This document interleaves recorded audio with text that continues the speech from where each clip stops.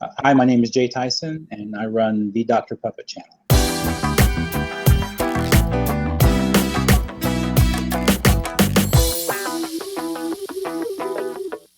Can you tell me a little bit about this new series you're doing on your channel?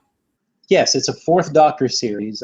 We wanted to do a series with the Fourth Doctor, and I wanted to put it into a timeline that we could use the wooden interior, which is one of my favorite interiors from season 14. And we figured out a way to do it because he drops off Sarah just before he goes to the Deadly Assassin. He goes back to Gallifrey, and then he picks up Leela right after. But we thought, well, in between, all sorts of things could happen before he lands on Leela's planet. So we came up with the idea for this series where he meets the character Betsy back in the 1950s and deals with this whole problem with a leak in time, which is sort of a play on words.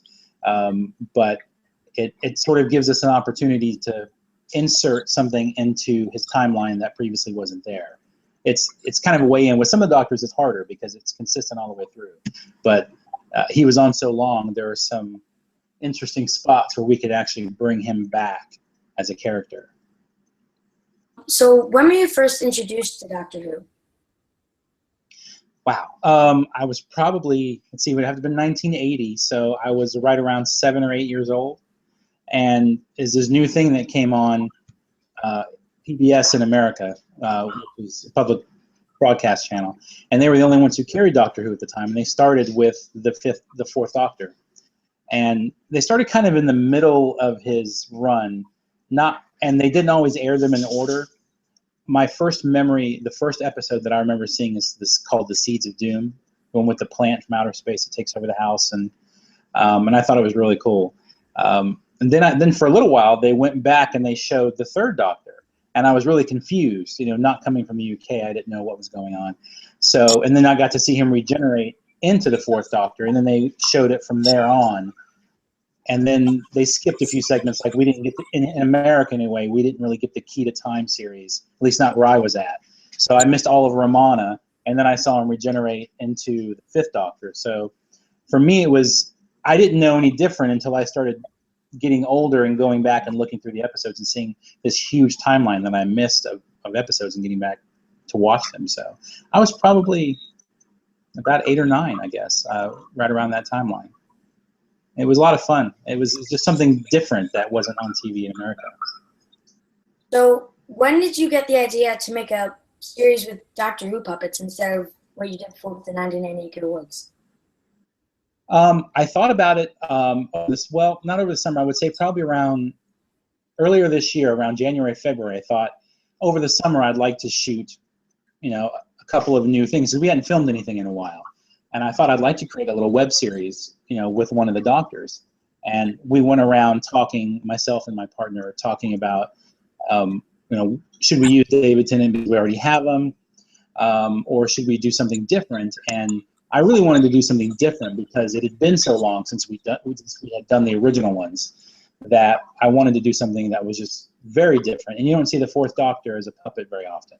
Usually right now it's Peter Capaldi or it's Matt Smith or it's those, the newer guys. So I wanted to bring the Fourth Doctor back in puppet form. And so over the summer, I built him, and I had a scarf made by some people from the Scarves Forum, who actually built a season 14 replica scarf for me to puppet scale.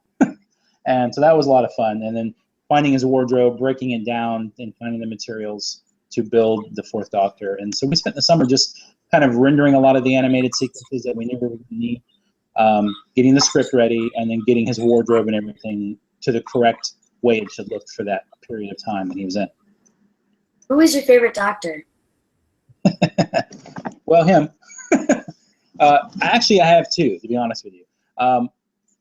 David Tennant really won me over as being a Doctor. The nuances in his performance, and really Matt Smith too. But when I think about my Doctor, it's always Tom Baker.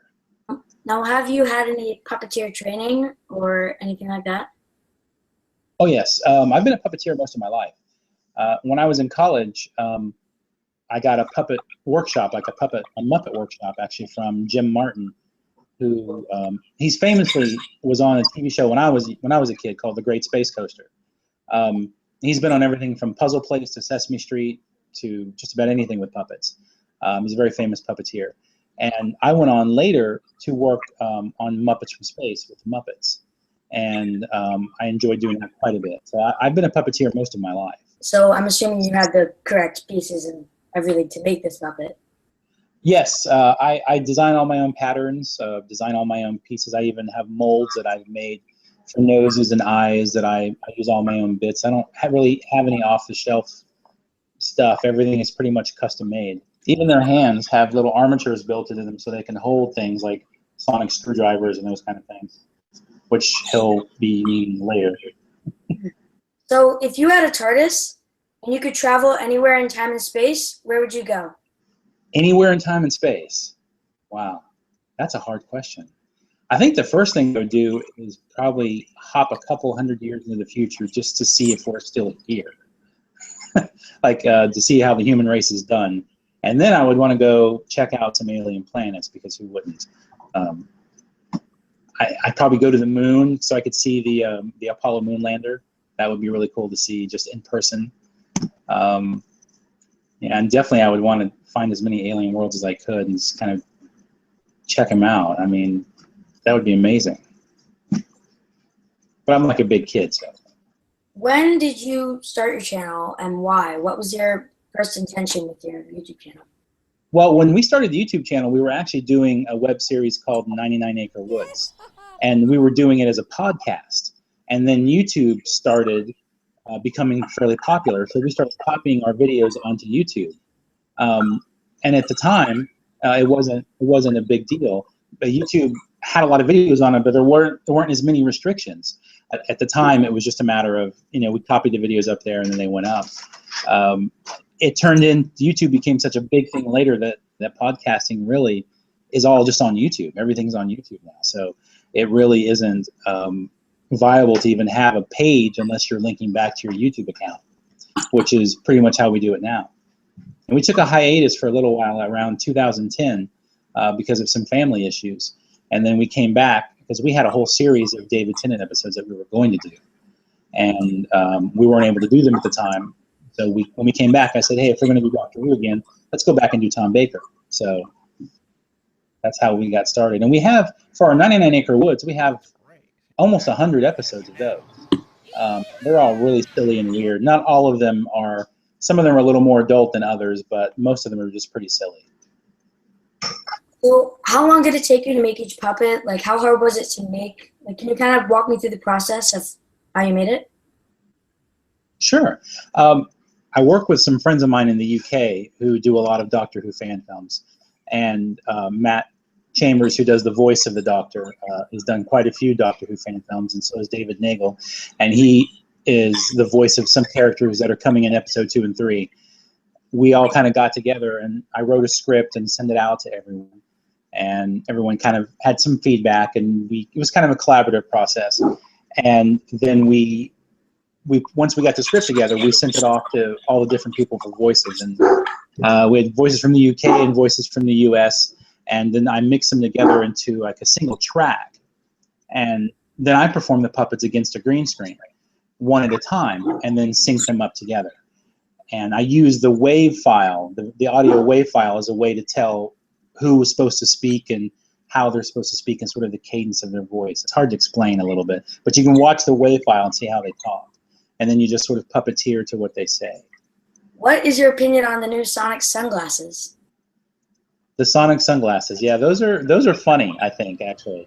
And I remember a lot of people were saying that it's replacing the Sonic screwdriver, but I don't know, because if anybody remembers the 5th Doctor, they destroyed the Sonic screwdriver early in his series, and he never really used it.